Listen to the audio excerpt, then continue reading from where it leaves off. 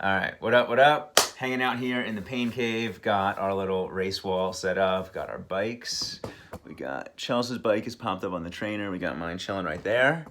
And in this video here, I am breaking down my Boulder 70.3 nutrition protocol.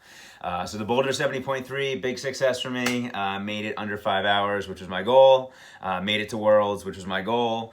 And in here, I'm gonna basically lay out my entire nutrition plan, what my approach was going into it, how I executed that. And I think in here, there will be a lot of takeaways for anybody, kind of regardless of what it is that they like to eat for endurance sports. I think that there are some tidbits here that really can be applied to anything.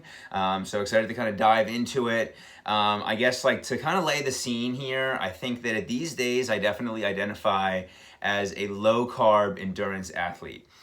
So I probably on most days have absolutely at most like 100 grams of carbs.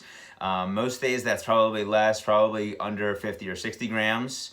I don't usually weigh out my food at all, but leading up to the race, I was being a little bit more intentional, so I did start to weigh out my carbs a little bit more. Overall, I've been fasting, intermittent fasting for about the past 5 years.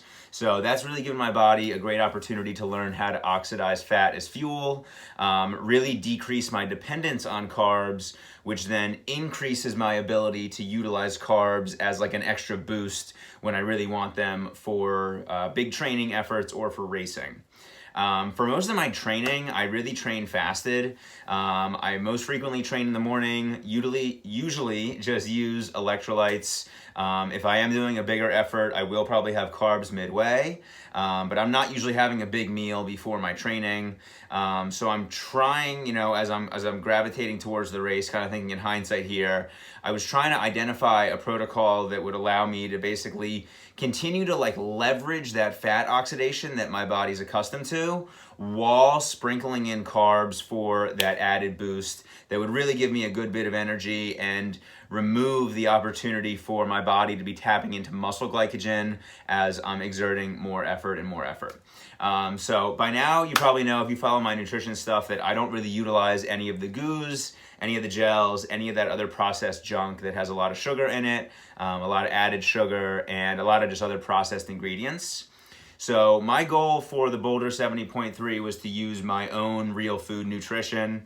I know that there are a lot of decent options out there, or at least some decent options out there for real food options that are, packaged things. But I kind of saw this as like a unique challenge for me to just kind of figure out something simple that I could use on my own, that I could just figure out how to package and use for my race. So basically what I did is in the week before the Boulder 70.3, I used a training day where I had a swim, a bike, and a run. And I kind of used that as a bit of a template to just understand like what type of food would be good for me and how much I would need. So on that day, I did all 3 efforts first thing in the morning. I fasted before the swim, did the swim fasted. The swim was about 30 minutes. After the swim then, I had a banana and I had some almond butter. And the bike was about an hour 30, and I think about an hour into it, I had another banana. And then after the ride, I had a 30-minute run, and before that run, I think I had a half a banana. So my point being there is that I kind of used those numbers to estimate my caloric need. And my nutrition coach and I, we sat down and we basically estimated that I would need about 150 to 180 calories per hour. Now, how we broke that down for race day is basically we had agreed that I would not be having any carbs before the race. And the reason is because when you loop in carbs, you basically shut off what's called the GLUT pathway. And that is a pathway that allows your body to oxidize fat as fuel as well as leverage glucose as fuel. So when you throw a ton of carbs into the body first thing in the morning, somebody who fasts then, they're not really leveraging that ability to use fat as fuel. So in the morning of the race, I had a coffee with MCT oil, collagen protein powder, and that was it. I had that about 2.5 or 3 hours before the race. I think 4:30 is when I wrapped that up. Then did the swim fasted, and coming out of the swim, your heart rate is really high, you're busting through transition. So our plan then was for me to not eat or drink anything for the first 20 minutes on the bike.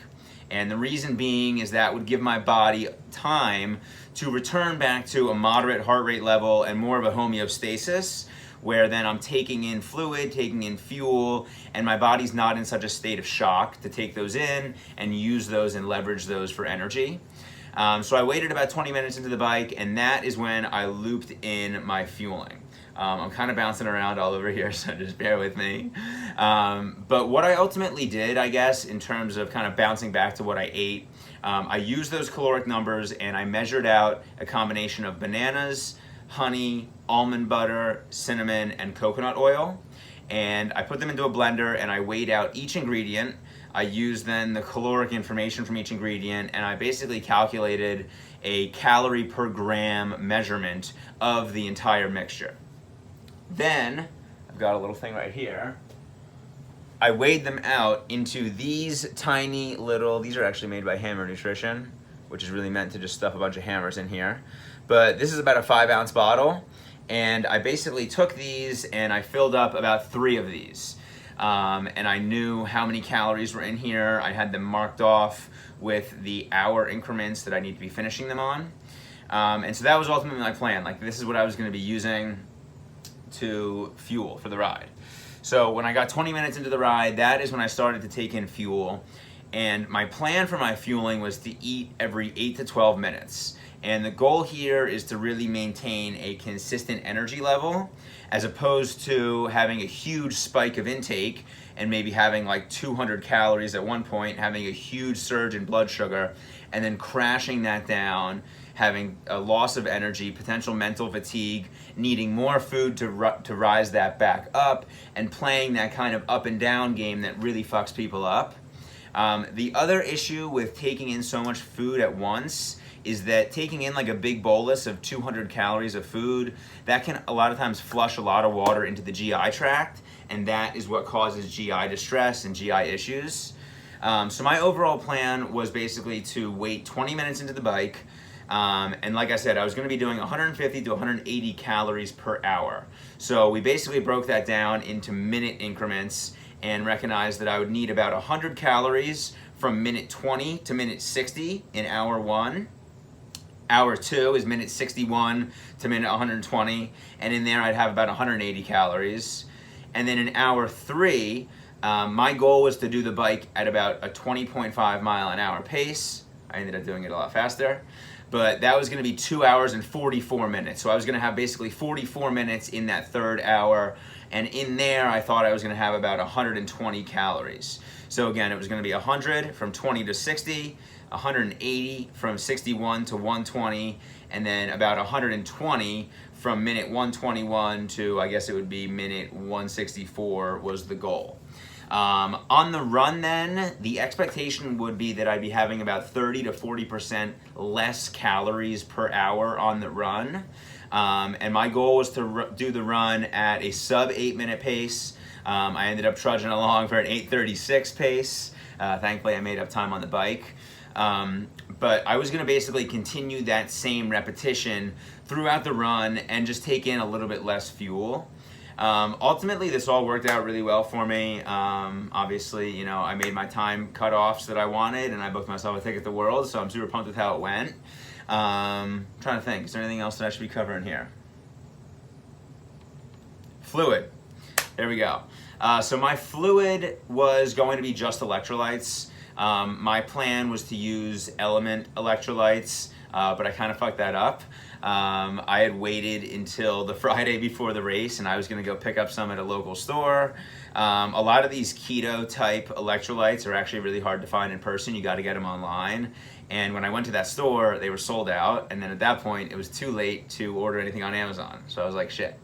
So I relied on Noon electrolytes. I don't really like Noons. They're way too fizzy.